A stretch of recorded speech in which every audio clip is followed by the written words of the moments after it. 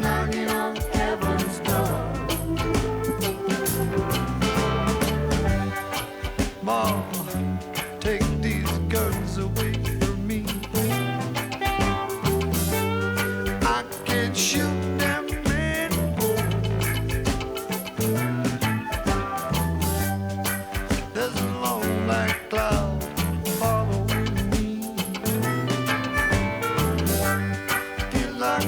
knocking on heaven's door. Knock, knock, knocking. Knock, knock, knocking on heaven's door. Knock, knock, knocking on heaven's door.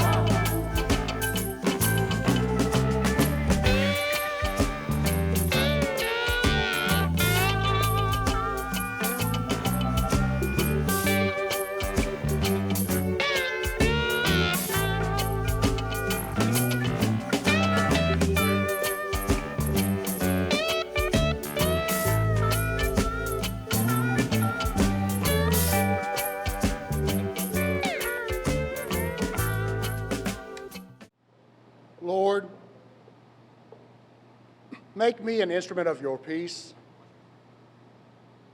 Where there is hatred, let me sow love. Where there is injury, pardon. Where there is doubt, faith. Where there is despair, hope. Where there is darkness, light. Where there is sadness, joy. O divine Master, grant that I may not so much seek to be consoled as to console, to be understood as to understand, to be loved as to love. For it is in giving that we receive, in pardoning that we are pardoned, and in dying that we are born to eternal life. I didn't want to pick this prayer. This prayer picked me, and it's probably Alan at work. This prayer is used a lot.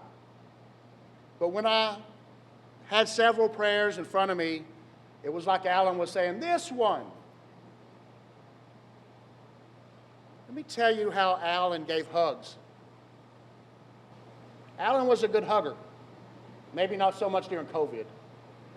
But Alan would come up to me, and he would bring me in at first and give me that solid hug, and then pull me up by my elbows and look in my eyes. Alan wanted to look in my eyes. He wanted to get to know what was inside of me because he had the ability to do so. Not very many people can do that. And Alan was a master at looking in your eyes. He was also good at bringing out the best. See, Bellevue was his playground. Alan was made for Bellevue. Those children that he served was Alan's place. And what I like about this St. Francis prayer is the part that says, not so much to be understood, but to understand. To be loved and to love. Alan lived spirituality. It wasn't something in his head. He didn't need permission. He wasn't institutionalized. Alan was real. Alan's presence is very strong right here. And not every memorial will you find life.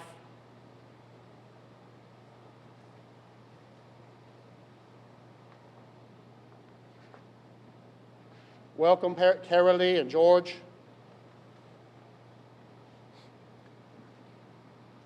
David, his brother, who went before him.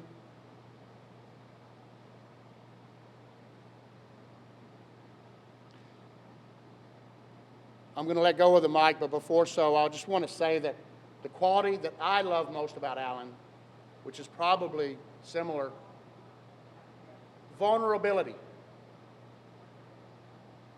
Alan was vulnerable in how he hugged.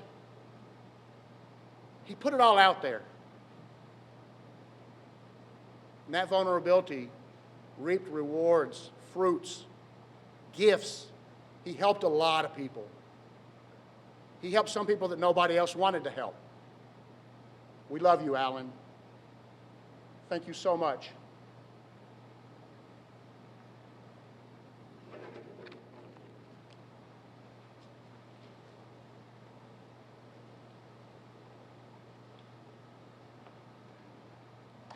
Thank you, Brother Robert, for a beautiful prayer. And good morning. Before I begin my remarks, I would just like to acknowledge Alan's mother, Carol Lee, and his sister Carolyn and her beautiful family, and I want to thank them for the honor of being part of the celebration, which this will be, of my dear friend of over 4.5 decades. I'd also like to take this opportunity to thank someone who, without her steadfast leadership and the love that she's led with in organizing this event, this would not be happening. The remarkable Melissa Ramirez.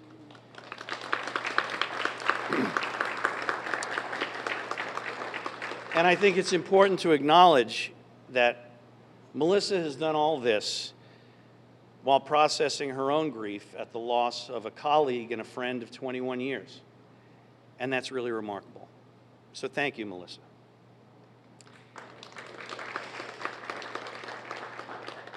Now on to Alan.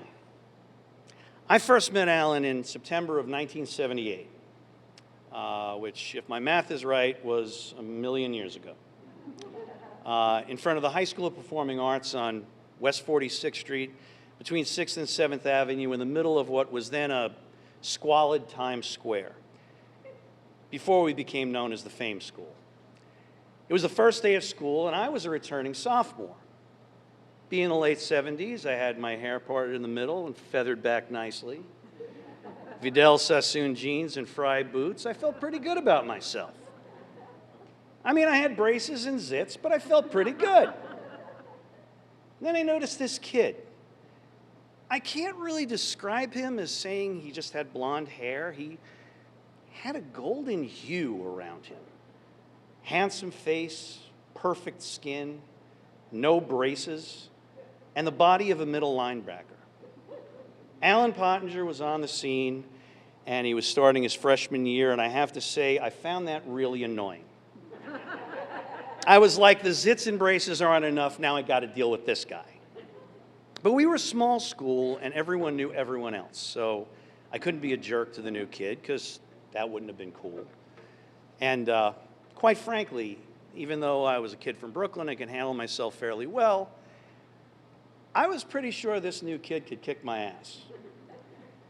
Now, of course, all those thoughts were gone once Alan bounded up to me with his perpetual 110% puppy energy and introduced himself. It was then I discovered what Brother Robert talked about, which I call Alan's superpower. He would shake your hand and look you directly in your eyes, and for that moment, he made you feel like the most important person in the world. He asked me about teachers, other students, method acting, Stanislavski. We talked about family. We had a lot in common. We were two out-of-borough kids, thrilled to find ourselves in this extraordinary school at this extraordinary time, determined to make the most out of it. Now, the High School of Performing Arts was a vocational school, but it was really a conservatory. Our teachers weren't English teachers teaching theater arts. They were working professionals from the Guthrie Theater, Wolf Trap, Arena Stage, film, and television. And it was because of Alan's unquenchable thirst for knowledge that we became best friends. Not content with just acting classes, he stayed after school and learned how to pull cable and hang lights, stage manage, work a soundboard and a lighting board, to build and paint sets and steep ourselves in every aspect of what makes theater magic. Now, I don't want anyone to have the impression that we were all work or even that serious. I mean, Alan was a much better academic student than I was. He did things I didn't do, like homework, and he carried books. I was like, what was that? But make no mistake, we were teenagers going to high school in Times Square, and we had plenty of time to be idiots and do stupid teenage things, like go to Central Park at night and steal rowboats. I mean, we didn't really steal them, we just borrowed them, because we didn't walk out of the park with rowboats. This is when the boathouse was actually a boathouse and not an overpriced, mediocre restaurant. The city parks department, in their infinite wisdom, left the boats just sitting there, but they locked up the oars. I guess they thought, Who's going to go on a lake in a rowboat with no oars? They underestimated us. And Mike McGuire. Where's Mike? He was there too, you see? We'd push off and float on the lake, sharing a cheap bottle of something, and laugh and talk about life and girls and show business and girls. And when that bottle was done, we made our way somehow back to the dock. I don't quite remember how it was, but in the late 70s, the lake was so dirty we probably could have walked on it anyway. Now, there are so many stories of our various shenanigans I can't even begin to tell. Certainly not in mixed company and in front of his mother. So you probably know more than I do. Suffice it to say, we had a great deal of fun, always. Now, Alan, as an actor, which is what I'm here to talk about, he was really something special. And I don't throw that around lightly. We were very young to be getting the type of conservatory training we were getting. At 14, 15, 16 years old, we were training to the works of Ibsen, Brecht, Chekhov, Beckett, Tennessee Williams, Arthur Miller. Our training is what was called the method, developed at the Moscow Arts Theater by Stanislavski and brought to America by Lee Strasberg and the Group Theater. This method revolutionized American theater and film acting, from portraying a character to living the truth of a character. To quote Lee Strasberg, the actor must be a complete human being, not just a complete actor. Stanislavski emphasized that actor's work on himself as a person as well as an artist was essential. Fundamental to the actor's work, Stanislavski claimed, is the sense of truth, end quote. Now, this is some heady stuff for a 16-year-old. I mean, how can you live the truth of a character who is older and complex when you lived so little life yourself? And we acknowledged this when we presented our work, just how much better we would be in 10 years or 20 or 30. And I give you all this background for a reason. Alan's junior year, at all of 16 years old, he was working on a scene from Tennessee Williams' A Streetcar Named Desire. He was playing Stanley Kowalski, who was 30 years old, fought in World War II, works as an auto parts salesman, lacks ideals and imagination, and by the play's end, he's a disturbing degenerate who beats his wife and molests his sister-in-law. Horrifyingly, he shows no remorse. Again, pretty heavy lift for a 16-year-old kid from Queens.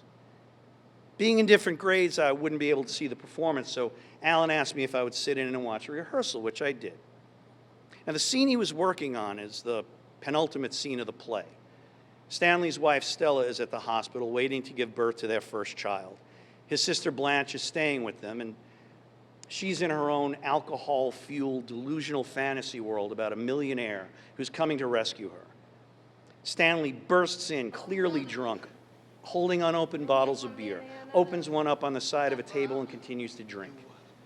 As Stanley drinks and Blanche talks, Stanley's mood turns dark.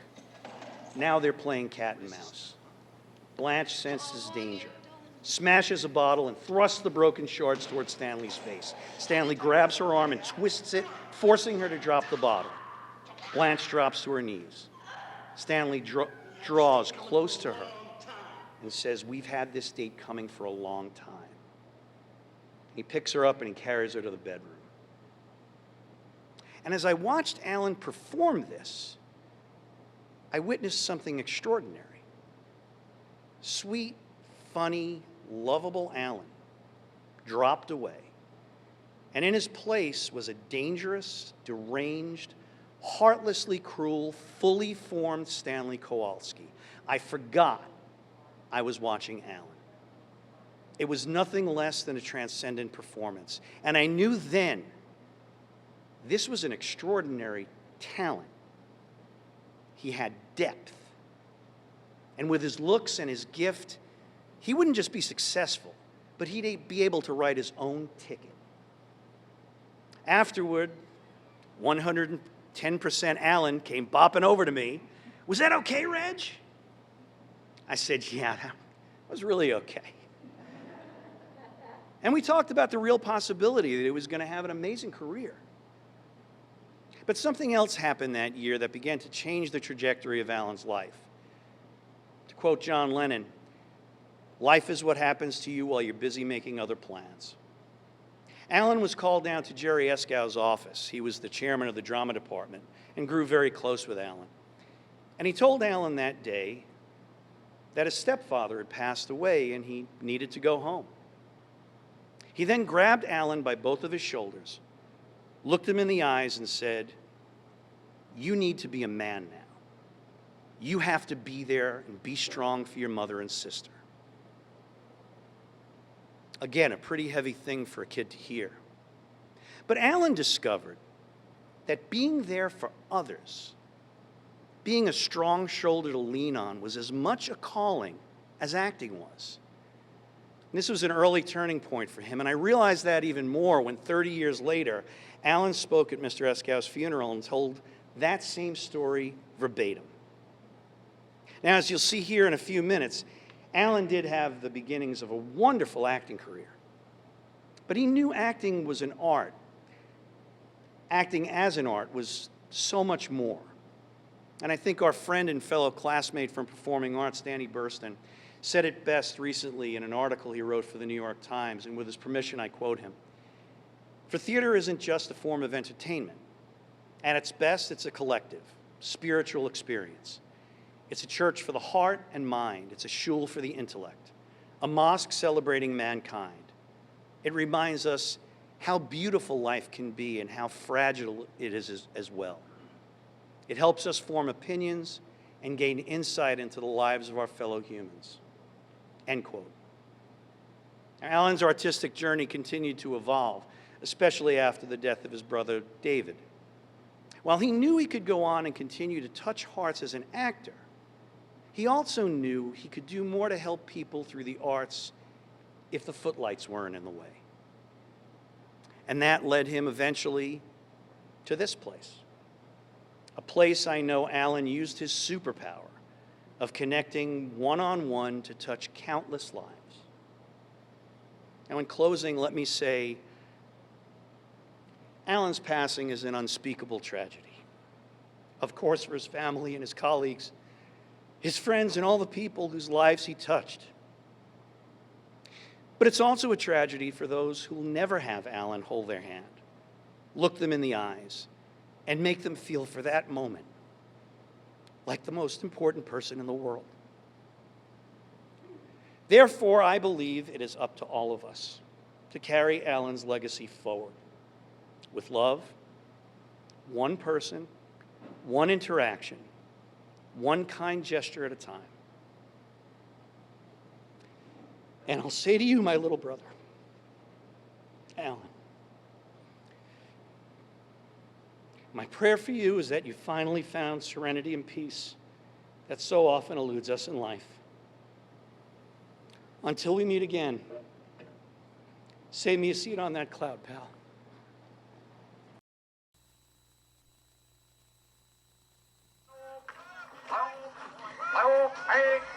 This here platoon is assigned to this barrack. You will remain here until further instructions from your sergeant. You will remain on your feet, no smoking, no goddamn tobacco chewing. Eddie! Tobacco chewing? You must think we're stagecoach drivers. Shut your ass, Jerome. These non-coms hear everything. Perfect. It only took the Army 5 minutes to turn Wachowski into a robot. Jesus, I'm dripping wet. This place like a steam bath. I don't know if I can stay here if it's gonna be this hot. I should have joined the Navy. Navy's cooler. Navy's for homos. I pictured the Army different.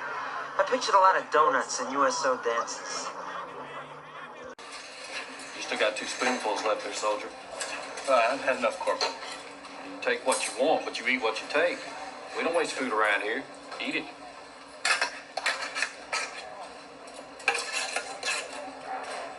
I believe the corporal said no one leaves here till the trays are empty and clean. When all trays extended for inspection, move it.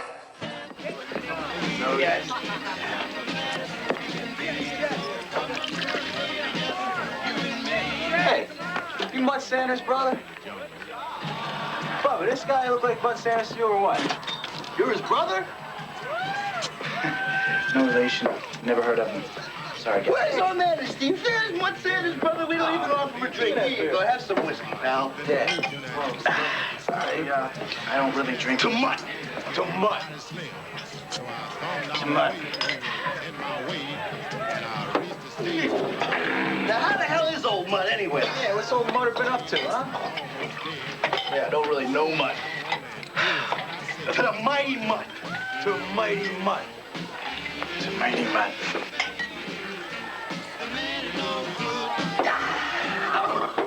Oh, excuse me. I gotta go find Patsy. Say hello to Mutt for me, okay? Oh, trouble. All right, give me room 49, please. Hurry. Excuse me. Where's the little alpha, little red alpha? They just took off. Oh, three of them. There was a lady with great legs and an English guy and a black woman. Oh, my God. My sister.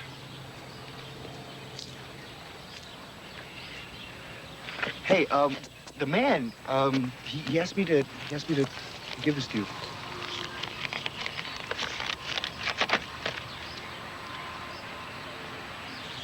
If you want to see the girl, bring the coin to the house with 1,000 windows, Route 104. Is this a joke? No, that's the Sutherland estate. I hope you have an invitation. He's got some pretty mean dogs up there. Dogs? Yeah, Dobermans. They're big, they're huge, they're killers. Do you have our keys with you? Yeah. Would you do me a favor? Sure. If we're not back in 30 minutes, would you call the police for us? Police? New York Police Department. Ask for Captain Braddock. Come on, Wally. So put a bag of toys down next to me. It was gone. Who would steal from Santa's help? Well, it's okay, because Citibank replaced the toys. But I know one guy who's going to get a stocking full of coal. A few of the Santa's helpers who rely on not just Visa, Citibank Visa. Seems that Sonny did care about your affair. She cared a lot. Why didn't you tell us? Everything was open book. Get the best experts. I'm not afraid of the truth.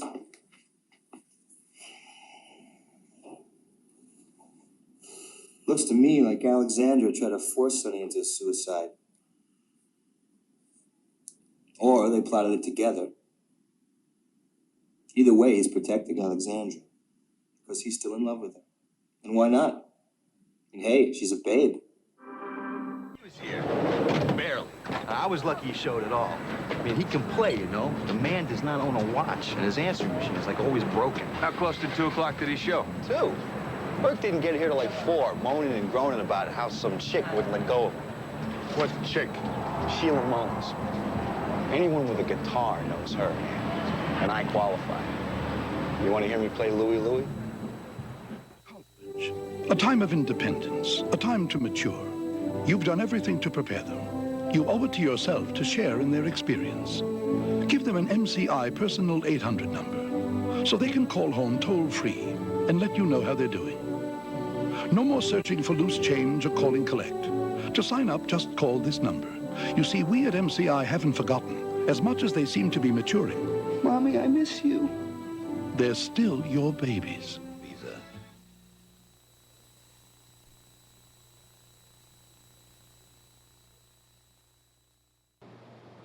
My name is Doug Bales. I am a physician here in internal medicine for 30 years at Bellevue.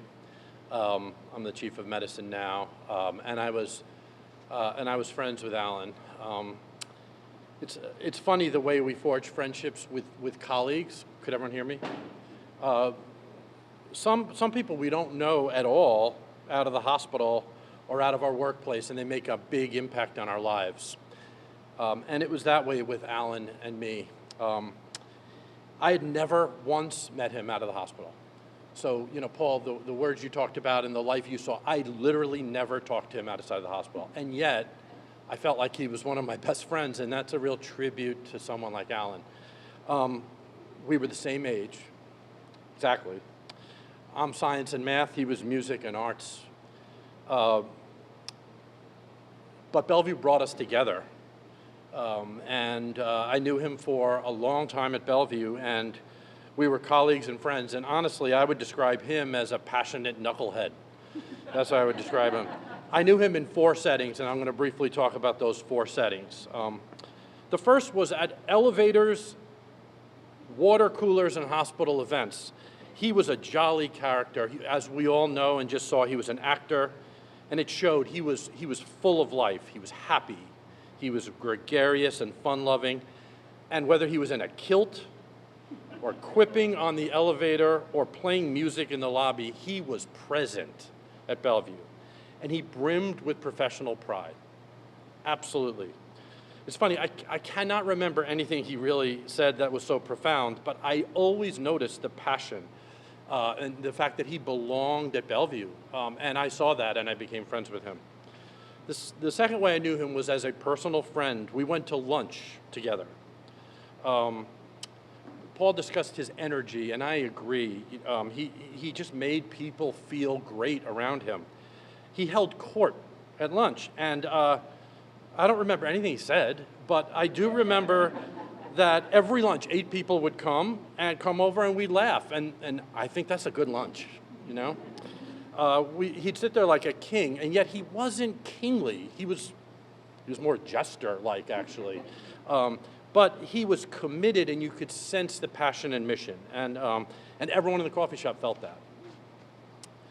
The third was for a mentor for my own daughter, who was transitioning from high school to college, and she was I don't even know if she was an intern. She was there for the summer, and he took her under his jolly wing. That's all I could say about that. There was not a whole lot of teaching, but there was a whole lot of learning, because I think he taught her something which I think is actually really important, and that's not everyone in the professional world is a stiff. You know, he was alive, right? It's important, right? I mean, he had this Buddha board. I don't know. He had instruments. He had 4 instruments. He discussed the school children and showed passion about it. And I got to tell you, for a 19-year-old young woman, that's a very important lesson, to see passion in someone's workplace.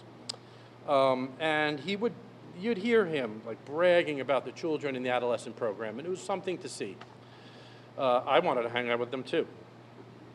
The fourth was as a gatekeeper to the 21st floor, and I will tell you, and you've probably seen us, Melissa, all of us, I like to bring the doctors up to the roof and the gym. They work really hard, our young residents. It's a professional pride thing. We like to try to show them Bellevue. Well, Alan soaked it up. He would bring them to the school. He would bring them all around to the gym. He would take them to the roof. He would tell them about the history of Bellevue. Everyone felt the pride brimming and the passion, everyone. The group felt inspired when we left there. He didn't have to do that. He'd be like, oh, no, I'm coming. So those are the 4 settings. So when he died, I had trouble identifying, and I didn't know him out of the hospital, and I had a little trouble putting into words what he meant to me and probably to a lot of us. Again, I don't remember any event that stood out. I didn't know him out of the hospital, and I just felt like there was something that I was missing that I couldn't put into words. All I knew is that he made me feel pride in my workplace, which I think was something I needed, and I've been here for a long time. And then it hit me. The quote that I've known for a long time that absolutely applies to Alan. And the quote's from Maya Angelou, and you probably all heard it. But it really applies to Alan. I've learned that people will forget what you said. People will forget what you did. But they will never forget how you made them feel.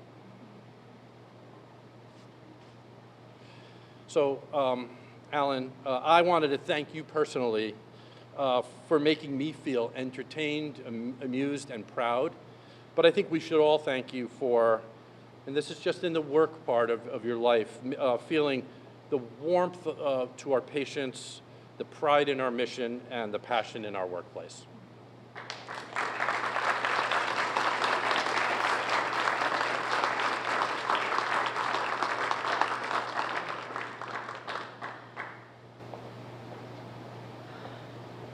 Thank you, Doug.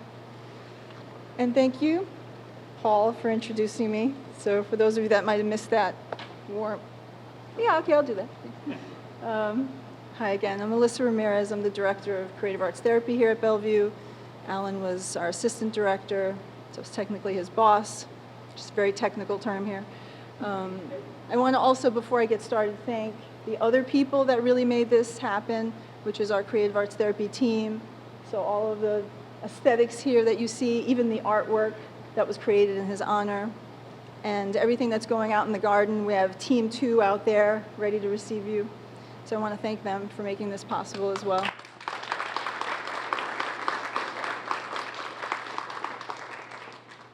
right, I'm going to try to get through this. So when Alan came to us at Bellevue in 2001, already a fully formed drama therapist, he was immediately thrust into Bellevue's history. He was here on 9/11 and for the aftermath.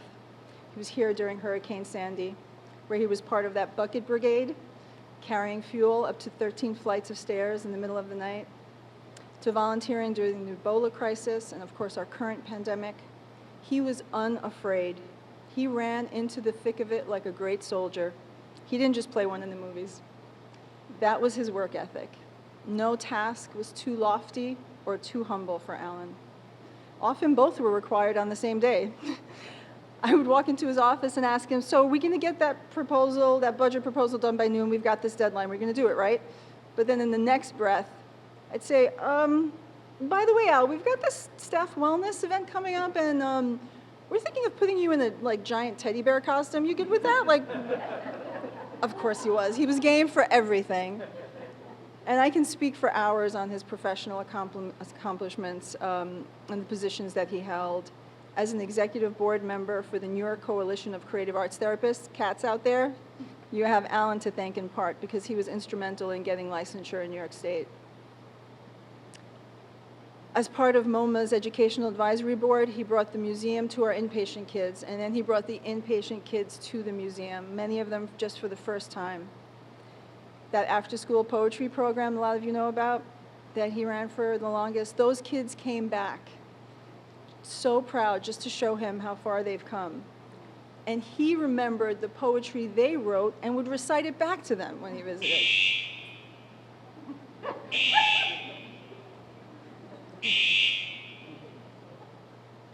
That's good news. That means it's all clear. Yeah, we're good. He was the recipient of the Health and Hospitals Excellence in Behavioral Health Award for his work in peer advocacy. He co-chaired the Mental Health Consumer Advisory Board with me. He spent all his working hours looking for possibilities here. He had that vision. He understood that healthcare was essentially in the hospitality business long before guest relations or patient experience were part of the nomenclature. And he surrounded himself with pretty cool people. Right? Yeah. He would pitch me ideas regularly about bringing artists to teach their craft, musicians to perform, athletes to mentor the kids. And if Al was on your team, he gave you everything. You had all of him. He gave Bellevue all of himself, all his talents. He was the voice of Bellevue, narrating promotional videos for the hospital. And he recorded more than a few answering machine greetings for colleagues. He acted in simulation exercises for behavioral health codes. He was Santa Claus for 20 Christmases in his 20 years here for the Bellevue Daycare Center. And walking through the lobby and the F-Link with him on a normal day, not just, as Mrs. Claus, it was like strolling through a state fair or, Main Street in a small town. We could not get to our destination without high-fiving little visitors or sharing an in-joke or calling out a line to a film in character, of course, to all the passersby. Where were we going? We didn't even remember what our task was, where we were headed. And he was so many things to so many people here that you've already heard. Mentor, guide, friend, guardian, raconteur, jokester, self-described, devoted servant to his director. But as his boss, I learned far more from him than he from me, I'm sure. I often joke that I was less his supervisor and more his handler, his agent here. He was complex and he cared so deeply, and he was always the champion of others, our in-house hype man. But I do recall times that he needed a boost. He was both a man to be admired and a child, a boy, to be cherished. Those two were inseparable. He brought a playfulness and a spontaneity to his work. For him, that was everything. That's what made it worthwhile. And he cultivated the playful artist in all of us. We were often creative partners, and when we weren't dreaming up like games to play at holiday parties or writing grant proposals for his next great idea or starting community poems to help process the pain of the pandemic or making sock puppet videos. That was his playground, the creative space. And I'm gonna miss my playmate.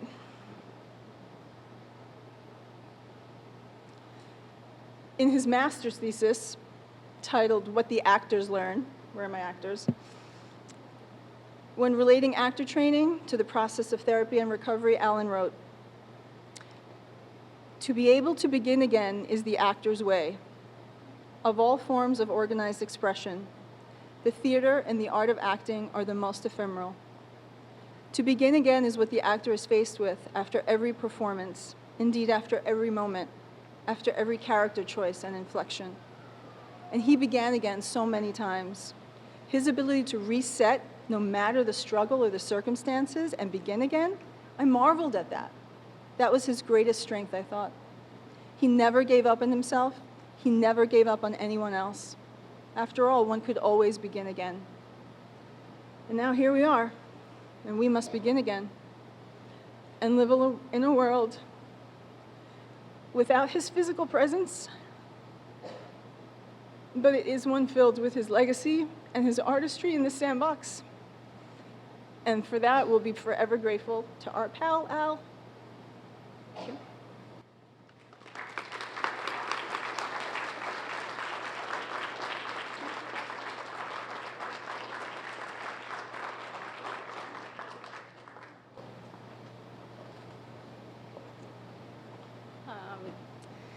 It's kind of remarkable that I can stand up, so really happy to see all of your faces, even with masks.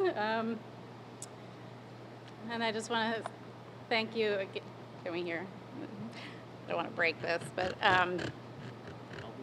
okay, all right. Wonderful. It's good to get the professional help. But really, I do want to thank Melissa and Paul. So hard to lose Alan, to lose my brother, and I feel like I got a loner brother and sister right when I really needed it, helping me put this together, but also being able to share stories along the way. And this is more than he ever would have imagined, but it's everything he deserves. I sort of took the easy way out because I should be able to, right? And I wanted to let Alan's own words be shared with all of you. So I wanted to read from a text he sent me recently when my mother had come over and my son Mateo had some English homework. He had to write some poetry, and I'm sure Mateo wanted to get it done as soon as possible. But no, my mother insisted she had the perfect person to help him with this, so she called Uncle Alan, who liked to be called Goomba Al. And he went on and on, giving Mateo advice about his poetry. I mean, I remember he did this many times. I remember when we were in college, so there's my friend Angela, and I remember I did the same thing to her. She had Shakespeare homework to do, and I said, I have the perfect person for you to speak to, and Alan had her on the phone for, an hour just rattling off, oh, well, in Macbeth, scene 3, line 2, when he says, I think we've all had that experience with Alan. It's just incredible. But he followed the lesson up with a text to me. Here are some reminders on poems. please share them with Mateo and Sebastian. There are many rules. This is Alan writes. There are many rules. Endeavor to break them all. Sometimes poetry is spoken singing. Poetry is about sounds. Vowels are long and cool. Consonants can be hard and sharp. Poetry is a sail of sounds that make meaning of something that sings through your heart. Write to please yourself. And then he shared a poem by American poet E.E. Cummings. Alan added, hint, some words are out of order. It's not a mistake, but a choice. I thank you, God, for most this amazing day, for the leaping, greenly, I had to scroll, hold on, for the leaping, greenly spirits of trees, and for a blue, true dream of sky, and for everything which is natural, which is infinite, which is yes.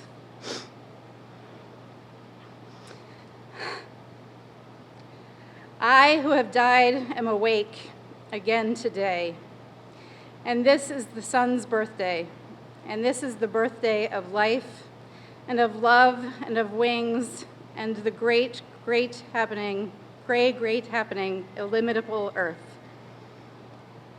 There is more, but not a rhyme and magnificent sound.